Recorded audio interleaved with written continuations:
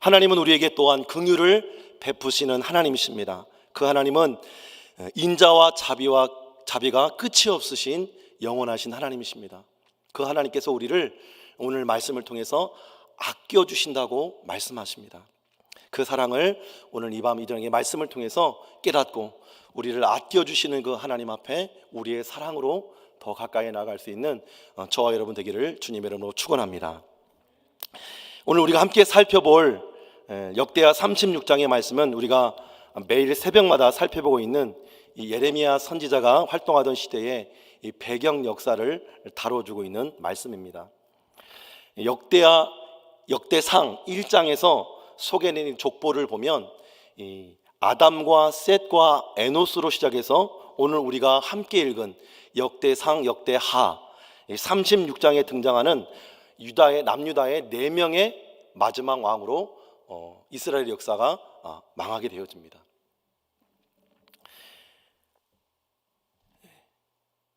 남유다의 마지막 왕들인 이 요시야의 세 아들, 요시야가 16대 왕이었고 또 그의 아들 여호아하스가 17대 왕이 됩니다.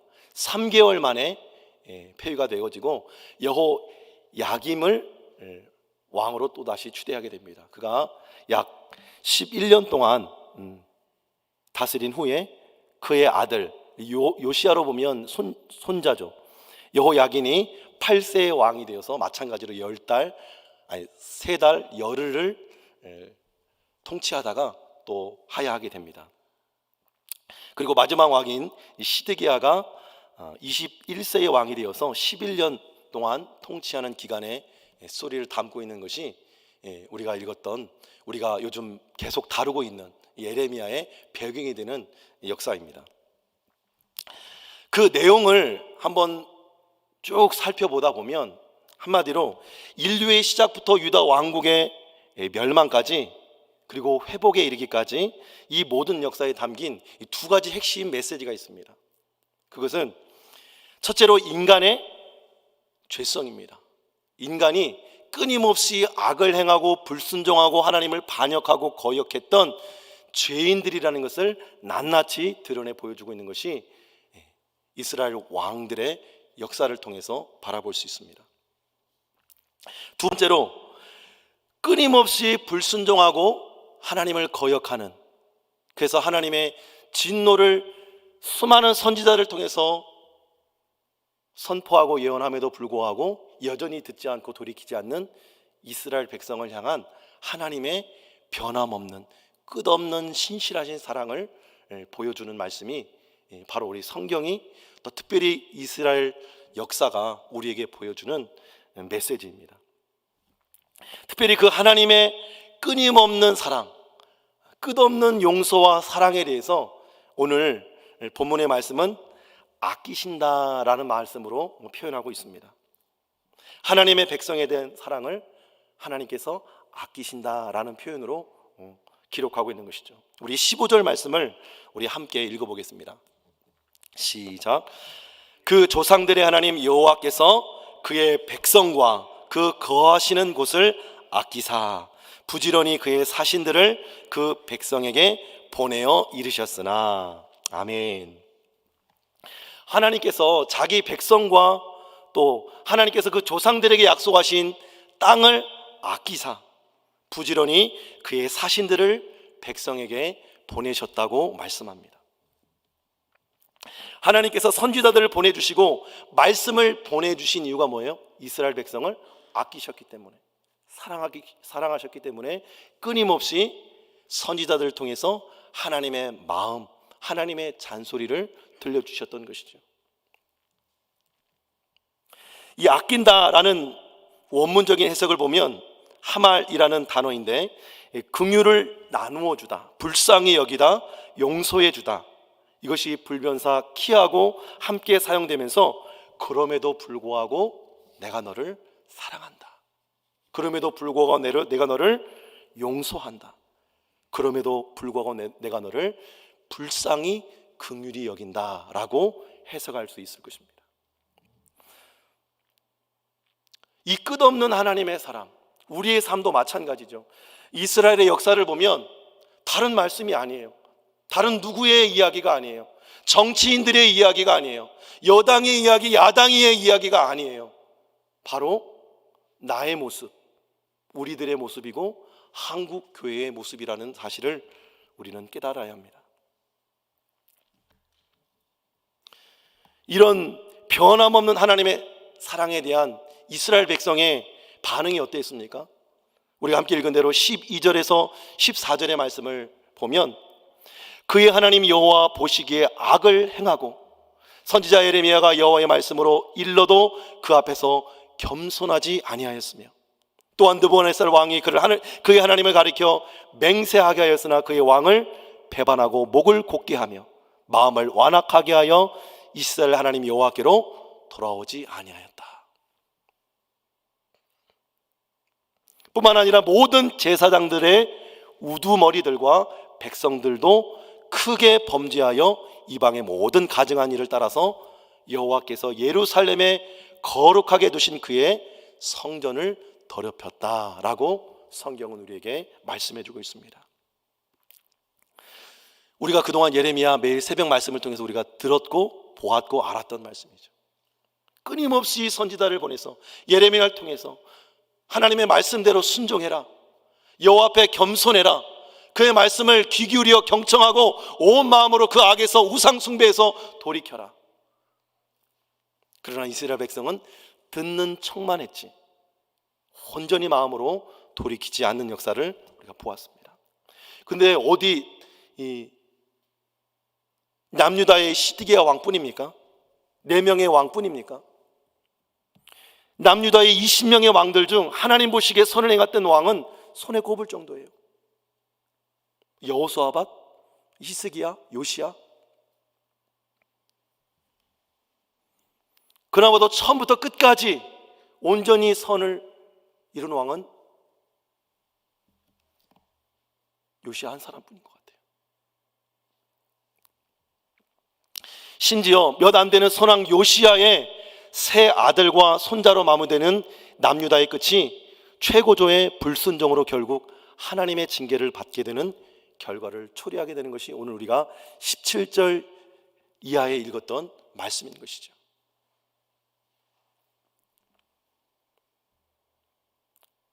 그들의 성전에서 청년들을 칼로 쳐 죽이고 남녀와 노인과 병약한 사람들을 긍휼히 여기지 않는 심판으로 하나님의 전 대속 그릇들과 여호와의 전 모든 보물들을 다 빼앗겨 버리고 결국 하나님의 전과 예루살렘 성벽이 불살라지고 헐어지는, 그리고 남은 자들을 다 바벨론으로 유능한 자들을 다 끌고 가버리는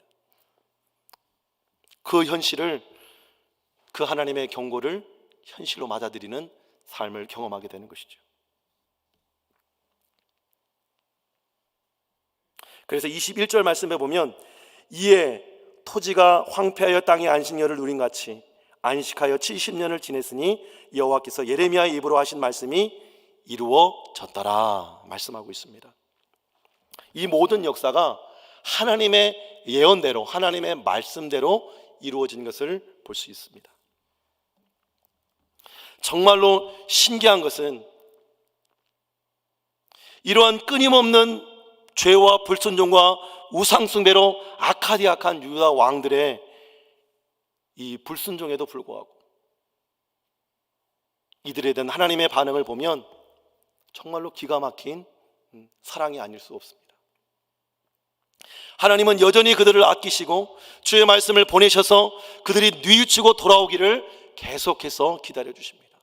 그리고 하나님이 말씀하신 대로 70년이 차기까지 그들을 낮추시고 겸손케 하셔서 결국 하나님의 때에 하나님의 방법으로 고레스 왕, 바사의 고레스 왕의 마음을 감동시키셔서 다시금 고향 땅으로 돌아오게 해서 무너졌던 성전과 성벽을 수축하게 하는 기쁨을 보장해 놓으시고 그것을 신실하게 이루어 가시는 모습을 볼 수 있습니다. 이러한 역사를 통해서 우리는 무엇을 알 수 있습니까? 우리의 죄악과 약함보다 하나님의 사랑이 크시다는 사실입니다. 아멘입니까? 저 여러분들이 우리의 죄악보다도, 우리의 죄성보다도, 끊임없이 넘어지고 자빠지고 죄 짓는, 범죄하는 우리의 연약함보다도 하나님의 사랑과 용서와 긍휼과 자비가 크시다는 거예요. 그래서 로마서 5장 8절 말씀을 통해서 우리가 아직 죄인 되었을 때에 하나님께서 그 아들 독생자 예수 그리스도를 십자가에 못 박혀 죽게 하심으로 우리에 대한 하나님의 사랑을 확증해 주셨노라고 말씀하고 있는 것이죠.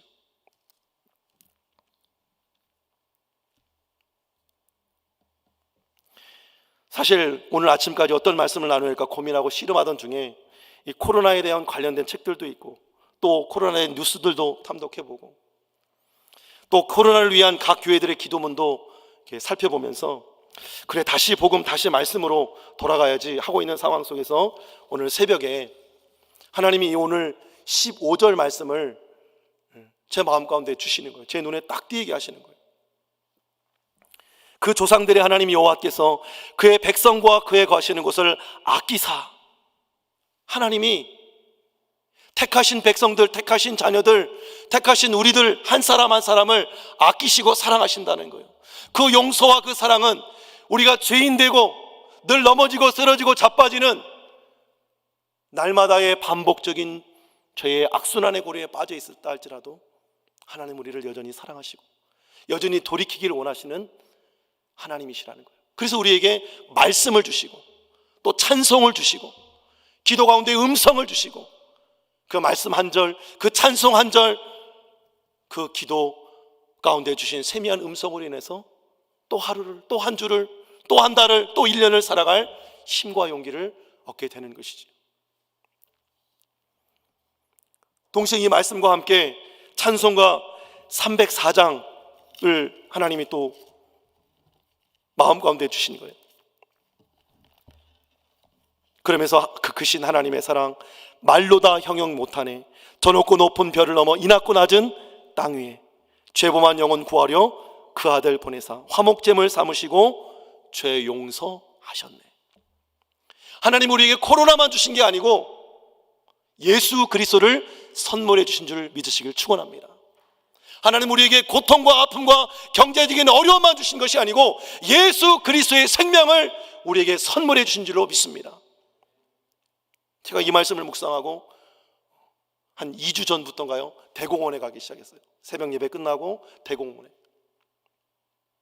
계속 코로나 하니까 우리의 의식도, 우리의 생각도, 우리의 마음도 너무 짓눌려 있고 피폐되어 있는 것 같아요. 저 자신도 영적으로 눌리는 경험들을 하게 되는 것 같아요. 그래서 코로나 우울증도 있다고 하잖아요. 근데 너무 답답하니까 저도 모르게 발걸음이 대공원까지 가게 됐어요.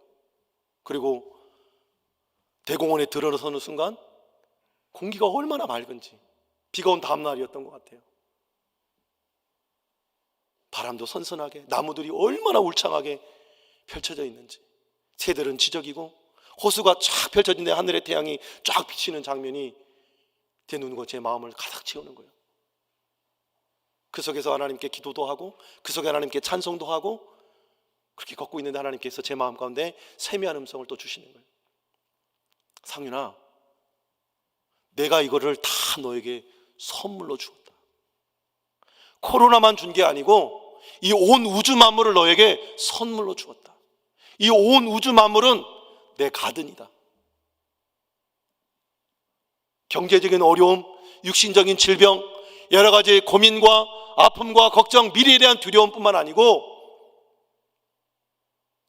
이미 예수 그리스도와 더불어 영원한 생명을 너에게 주지하라니. 그래서 저는 깨달은 거예요. 하나님, 내가 강단에서 하나님의 말씀을 붙잡아야 된다고 하고 예수 그리스도를 바라봐야만 된다고 하고 이 코로나 어려움과 우리의 삶의 여러 가지 고통과 고난과 어려움을 당할 때에 주님만을 바라봐야 된다고 그렇게 외치고 선포했음에도 불구하고 저는 여전히 코로나를 집중하고 문제를 집중하고 예배할 수 없는 상황을 바라보고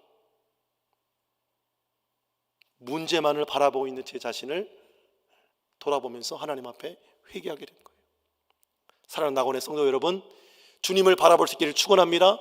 이미 우리에게 주신 것들, 이미 주신 우리에게 생명, 건강, 믿음, 호흡, 그리고 날마다 우리에게 주시는 하나님의 말씀, 이 생명 양식과 날마다 주시는 감사와 찬양과 은혜를 가지고 이제는 좀 우리를 하나님 앞에 감사로 나갈 수 있기를 주님 이름으로 축원합니다. 이 코로나는 반드시 물러갈 것입니다.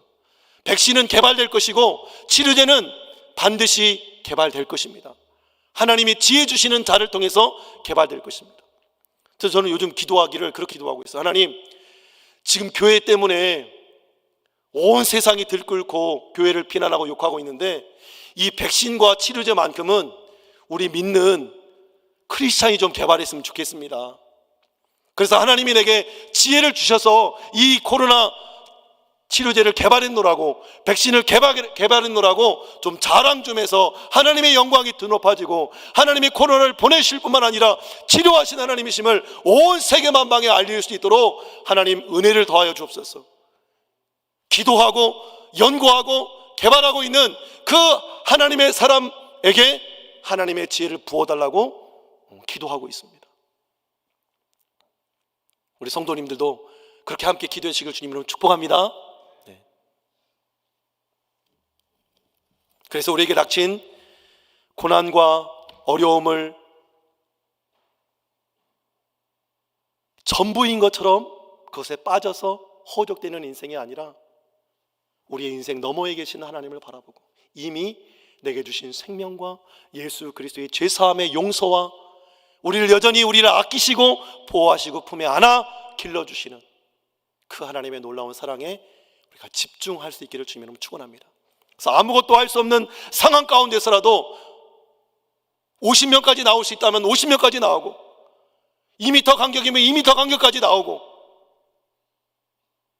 또 나올 수 없는 상황과 직장에 형편이 있다면 각 가정에서 영상으로라도 새벽에 일어날 수 없다면 매일 드리는 가정 예배지를 통해서라도 매일 하나님과 독대하고 교제하고 사귀고 대화할 수 있는, 그래서 여전히 나를 아끼시고 여전히 긍휼을 베푸시고 여전히 우리를 사랑하시고 여전히 우리의 죄를 용서하신다고 여전히 내가 너를 아끼고 사랑하노라고 말씀하시는 그 음성을 듣고 풍성한 사랑 안에 빠져 살아가는 저 여러분 되기를 주님 이름으로 축원합니다. 우리 기도하겠습니다. 생명의 주님, 또 복의 근원 되신 하나님 아버지 참 감사합니다. 코로나로 인해서 전 국민과 세계가 힘들어하고 아파하고 특별히 교회가 비난의 대상이 되어 눈물로 하나님 앞에 나갈 수밖에 없는 상황임을 하나님 아실 겁니다. 그럼에도 불구하고 울지 않고, 그럼에도 불구하고 기도하지 않고, 그럼에도 불구하고 하나님 앞에 나가지 못하는 우리들의 완악함을 용서하여 주시고 긍휼히 불쌍히 여겨 주옵소서. 다시 예수 십자가 앞에 우리의 모든 교만을 내려놓고 겸손히 하나님의 은혜를 구하고 하나님의 긍휼과 자비하심과 불쌍히 여겨 주심과 죄 용서해 주시는 은혜를 구하며 나아갈 때에 다시 회복시켜 주시는 주님의 은혜와 사랑을 경험할 수 있는 우리 나골의 온 성도들 되어줄 수 있도록 은혜의 은혜를 덧입혀 주옵소서. 그렇게 되기를 만복권원 되신 주 예수 그리스도의 이름으로 축복하며 간절히 기도 올리옵나이다. 아멘.